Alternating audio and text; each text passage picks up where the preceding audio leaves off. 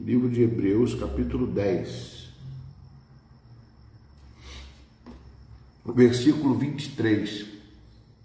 Eu quero botar um nome dessa mensagem, mas a mensagem seria o cristão automático. O cristão não pode estar no automático. Isso é uma coisa que tocou no meu coração, e hoje as coisas são tão automáticas que nós acabamos e colocamos o cristianismo também nesse automático. Diz a palavra de Deus em Hebreus capítulo 10, versículo 23. Guardemos firme a confissão da esperança sem vacilar, pois quem fez a promessa é fiel. Cuidemos também de nos animar uns aos outros no amor e na prática de boas obras. Não deixemos de nos congregar, como é o costume de alguns. Pelo contrário, façamos admoestações, ainda mais agora que vocês veem que o dia se aproxima. Porque se continuarmos a pecar de propósito, depois de termos recebido o conhecimento da verdade, já não resta sacrifício pelos pecados. Pelo contrário, resta apenas uma terrível expectativa de juízo e fogo vingador prestes a consumir os adversários. Quem tiver rejeitado a lei de Moisés morre sem misericórdia pelo depoimento de 2 ou 3 testemunhas. Imagine quanto mais severo deve ser o castigo daquele que pisou o Filho de Deus, profanou o sangue da aliança, com o qual foi santificado, e insultou o Espírito da graça. Pois conhecemos aquele que disse: a mim pertence a vingança, eu retribuirei. E outra vez, o Senhor julgará o seu povo. Horrível coisa é cair nas mãos do Deus vivo. O primeiro passo aqui, que ele fala aqui, a primeira coisa que ele fala é no versículo 23, que guardemos firmes a confiança, a confissão da esperança. O que Deus está trazendo para nós, ou seja, o que o autor de Hebreus está trazendo, é que a gente deve estar certo da o nosso passo que nós demos de aceitar Jesus Cristo como Senhor e Salvador. Esse passo é muito importante. Quando você aceita Jesus Cristo, você é o princípio da caminhada. Então é um processo que você vai adquirindo cada vez mais a força de estar na presença de Deus. Então você tem que crescer, você tem que amadurecer e tem que ter maturidade para ver que este caminho é excelente, é maravilhoso e não tem volta. Entendeu? É uma estrada de uma mão só, não podemos voltar. Se por acaso você resolver voltar, mano, tem o juízo vingador, está escrito aqui, não sou eu que estou dizendo, Jesus diz aqui claramente, o autor de Hebreus diz claramente que vai ter um juízo. Pior coisa é cair nas mãos de Deus vivo. Você está servindo a Jesus, de repente você resolve voltar atrás e ultrajar, pisar naquilo que Deus já te deu, da graça de Deus, a morte de cruz do Filho dele, e você esquecer isso. Mas, pastor, a gente não faz isso. Eu acredito que não, e eu tenho certeza que os ouvintes não façam isso, eu tenho certeza que não. Em nome de Jesus, vocês não façam isso. Mas uma coisa é o automático. Eu estava dirigindo um carro e a gente, no princípio, quando dirige um carro, pega um carro, a gente tem um cuidado de não bater, de jogar seta, de fazer outras manobras mais complicadas, que a gente tem uma preocupação, uma atenção. Quando a gente não só dirige um carro, mas quando você faz uma comida na cozinha, eu não sou cozinheiro, mas à medida que você vai fazendo, aos poucos, você vai tomando tanta prática que vira um automático. Às vezes tem lugares que eu vou frequentar assiduamente, no caso da minha filha, tem lugares que eu estou indo de carro, parece que eu estou indo automaticamente, eu não estou vendo o caminho, eu já sei. E esse automático ele não pode entrar na minha vida cristã. É essa preocupação que eu creio que Deus colocou no meu coração para passar para você. Porque ele diz aqui que muitos estão deixando, ele bota assim, primeiro ele fala que nós devemos guardar firme a confissão sem vacilar. né? Não tem vacilo. Não, nunca deixa entrar alguma coisa que vai desfazer de você o caminho. Ah, pastor, mas você não sabe, a igreja que eu frequentei, os irmãos ali, misericórdia, é um problema aqui, é um problema ali, um fala de um, outro fala de outro. Ah, tem gente ali que parece crente, sobe no púlpito, mas não tem nada de crente. Amados, quem te chamou foi quem? Foi a pessoa, quem te chamou foi Jesus Cristo, não foi o homem. Não foi ninguém que pregou, não. Quem te chamou foi Jesus. A pessoa, eu que estou pregando, estou falando de Jesus, eu não sou responsável pelo seu chamado. O seu chamado vem do céu, vem do Senhor, é muito maior. Por isso que você não pode vacilar, né? Eu lembro de uma ilustração, não sei se é verdade, um mendigo chegou para um pastor um dia na rua e falou: vem cá, pastor, eu te conheço, pastor, está lembrado de mim? Eu falei: não estou lembrado de você. Eu não sei quem é você, mas eu te conheço, eu fui na tua igreja, aceitei Jesus lá e fui batizado lá, mas eu não estou te conhecendo. Me perdoe, o pastor falou que não conhecia ele, mas o senhor que me converteu, pastor, foi o senhor que me converteu. Ele falou assim: é por isso então, que eu não lembro de você, porque eu não consigo converter ninguém. Quem converte é o Senhor Jesus. Eu passo a mensagem, o Espírito Santo é que converte. Eu não estou dizendo aqui um exemplo claro que o pastor não conhecia, talvez uma caminhada muito longa. Geralmente quando a gente, né, mas milhões de vezes, um pastor que muita gente não vai lembrar da pessoa. Então, o que eu quero trazer para você nesse momento, amado, é essa visão do automatismo. Você começa a vacilar, a prestar atenção nas situações, né? Igual aquela outra ilustração do copo com água, que ele falou: vou sair da igreja, só escuto coisas ruins, pessoas. Aí o pastor chegou: tá bom, pode sair, mas faz antes uma coisa, pega um copo com água cheio, dá 3 voltas em volta do templo aqui da igreja, né? E vê as pessoas aí, pode dar a volta aqui, o culto ninguém vai observar você não, pode ficar aqui, tá todo mundo sentadinho, quietinho, assistindo o culto, você pega um copo com água e dá uma volta. Mas não deixe entornar, por favor. E ele foi, deu 3 voltas com aquele copo com água cheio, preocupado em não entornar, e deu 3 voltas, deu 4, dá mais uma, deu outra, dá mais uma, deu mais outra, e não entornava a água, deixou o copo bem cheio. E vem cá, deixa eu te perguntar uma coisa: você viu alguém reclamando na igreja, alguém tendo uma ação assim, alguém falando alguma besteira, alguém xingando, alguma coisa, tudo aquilo que você reclama, você viu? Não vi não, porque eu estava preocupado com o copo com água aqui. Mas quando você vem ao culto, por favor, preste atenção na palavra de Deus. Nem no quem está pregando, se é barbudo, se é barbudo, se é bonito, se é feio, se falou alguma coisa. Irmão, Deus quer falar com você, Deus não quer que você vacile. Para isso você tem que estar atento. A outra coisa, amados, ele diz aqui: aproxime-se sem vacilar, né? Sem vacilar. Pois quem fez a promessa é fiel. Quem te fez a promessa não foi o homem, foi Jesus Cristo que morreu na cruz no teu lugar. A outra coisa é: cuidemos também de nos animar uns aos outros. Quando você fica com essa preocupação de animar os outros, você automaticamente já se envolve com a obra de Deus. Quando você se preocupa em salvar vidas, você já não olha mais para o vizinho, para os erros. Você vai olhar para o seu erro. Você vai começar a olhar para você. Outra coisa, amados, não deixemos de nos congregar, como é o costume de alguns. Cuidemos de não desanimar, né? Prática de boas obras também. Não deixemos de nos congregar, como é o costume de alguns. Por quê, amados? As pessoas começam a falar: não precisa ir hoje não, porque eu vou na igreja. No princípio você ia todos os cultos, era apaixonado por Jesus, e depois começa a deixar de ir.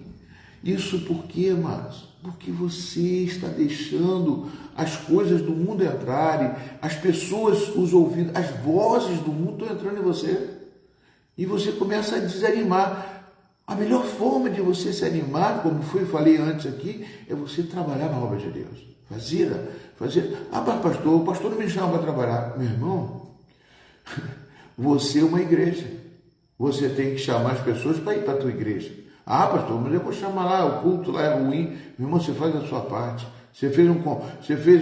Foi lá na frente na tua igreja, não fez um voto? Você fez um voto, mano. Cumpra esse voto, né? Deus quer fazer com que, eu tenho certeza que tua igreja vai melhorar. Você trazendo pessoas, orando com elas, Deus vai fazer grandes coisas. Não deixemos de congregar como é o costume de alguns. Pelo contrário, façamos admoestações, ainda mais que agora vem o dia que se aproxima. Todo mundo fala, Jesus está voltando, Jesus está voltando. Mas só vive não falar, mas proceder alguma coisa para tirar uma pessoa do inferno e trazer para o reino de Deus, não traz. Só sabe reclamar dos outros. Misericórdia, meu Deus. Vamos trabalhar para a obra de Deus. Jesus Cristo, misericórdia. O automático, mano, é assim, que a gente aceita Jesus e daqui a pouquinho a gente está fazendo as coisas automaticamente. Vai na igreja, senta no banco, assiste a pregação, vai embora, volta, vai. Não procura se envolver, não procura estar nas atividades da igreja, não procura congregar e ajudar uma pessoa, animar uma outra pessoa. Não, a pessoa quer saber, não, eu gosto da igreja, eu vou num outro culto, eu vou numa outra pessoa, eu vou num outro lugar, e eu vou em tantos lugares, tantos atrativos, que eu mesmo não abro nem a minha casa para fazer uma célula. Não vou a um culto no lar, choveu, eu desanimo. Amado, se você está assim, eu estou aqui para justamente chamar a tua atenção. Porque Jesus Cristo está voltando, sim, o dia está se aproximando. E se você continuar desse jeito, mas eu não sei como você vai conseguir voltar. Mas existe formas e formas de você estar buscando ao Senhor. Se você for na tua casa e começar a orar e parar de reclamar, eu tenho certeza que Deus vai falar com você. Não sou eu que vou falar, não, é Deus que vai falar com você. A outra coisa, quando estamos no automático, nós deixamos de orar. A gente faz aquela oração mecânica. A gente reclama que os outros rezam. E a gente começa a rezar também. Deus Todo-Poderoso, Criador do céu e da terra, eis-me aqui, Senhor, e faz orações decoradas. A oração, amados, é chorar aos pés do Senhor, é clamar aos pés do Senhor, é chegar para uma pessoa que está fazendo, vou pedir uma oração, você pode orar por mim, você vai, ora, faz uma mensagem, glorifica a Deus. Amados, nós estamos perto de Jesus voltar. Se Jesus voltar hoje, será que o julgamento teu vai ser bom? Olha só, amados. O que diz aqui mais? Depois de termos recebido o conhecimento da verdade, versículo 26, porque se continuarmos a pecar de propósito, depois de termos recebido o conhecimento da verdade, já não resta sacrifício pelos pecados. E tem pessoas que estão pecando de propósito, que a gente fala aqui pecando de propósito. Pelo contrário, resta apenas uma terrível expectativa de juízo e fogo vingador prestes a consumir aos adversários. Ou seja, amados, você começa a jogar contra Jesus Cristo, contra o pecado da cruz. Nós precisamos, amados, estar do lado da cruz, do lado de Jesus. E como que você faz isso? Estando na sua igreja, operando, fazendo ali com que as pessoas possam vir para a sua igreja. Não, mas pastor, eu estou chamando as pessoas para a minha igreja. A igreja, não, você não está chamando para a sua igreja. A igreja é você. Quem que adianta você chamar para o templo e se você não está no templo? Misericórdia, meu irmão. A irmã vai chegar e falar, eu não posso ir não. O irmão que me pregou o evangelho, que falou para eu vir para a igreja, ele não vem à igreja. Qualquer dúvida, qualquer dificuldade, ele vai e não frequenta a igreja. Como é que pode? Amados, você está jogando contra. Eu vou ler de novo aqui, amados. Pelo contrário, resta apenas uma terrível expectativa de juízo e fogo vingador, prestes a consumir os adversários. Você se torna um adversário, porque você está tirando as pessoas da igreja. Você está dando um mau exemplo. É verdade, amados, você está dando um mau exemplo. Se você não vai, não congrega, a pessoa que está ali, toda animada, poxa, aquele rapaz não vai, aquele ali não vai, por que estão traindo? Tem um monte de desculpa. Como que você pode estar contribuindo para o reino de Deus, não frequentando a sua igreja que você prometeu estar frequentando? Pastor, tem muitas coisas para fazer. Analisa tudo aquilo, porque a Bíblia diz, buscar o reino de céus e sua justiça. Mas buscar o reino de Deus, eu busco na minha casa. Você busca na sua casa, fica só buscando para você. Buscando para os outros, não. Não se preocupa com uma vida que está no inferno. Terrível expectativa de juízo vingador, fogo vingador, presta a consumir os adversários. Quem tiver rejeitado a lei de Moisés, morre sem misericórdia pelo depoimento de 2 ou 3 testemunhas. Versículo 29, 10, 29, Hebreus 10, 29. Imagine quanto mais severo deve ser o castigo daquele que pisou. Tem outra versão que diz calcou, ou seja, calcou se firmou, né, no Filho de Deus e profanou o sangue da aliança com o qual foi santificado e insultou o Espírito da graça. Tem gente que diz, uma vez salvo, salvo para sempre, a pessoa se acomoda.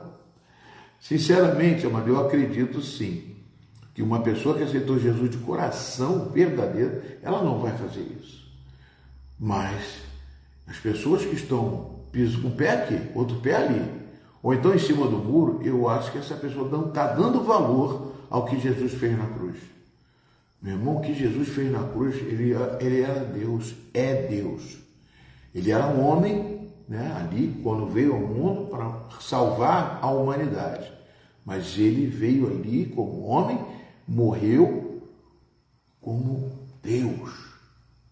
Ele se tornou Cristo, o ungido de Deus, o Filho de Deus. Ele nasceu do Espírito Santo. Eu também nasci. Só que ele nasceu direto no ventre da mãe, Maria. E foi ali para a cruz para morrer no seu lugar. Amado, o que você faz para Jesus? Qual o tempo que você dá? Você tem 168 horas por semana.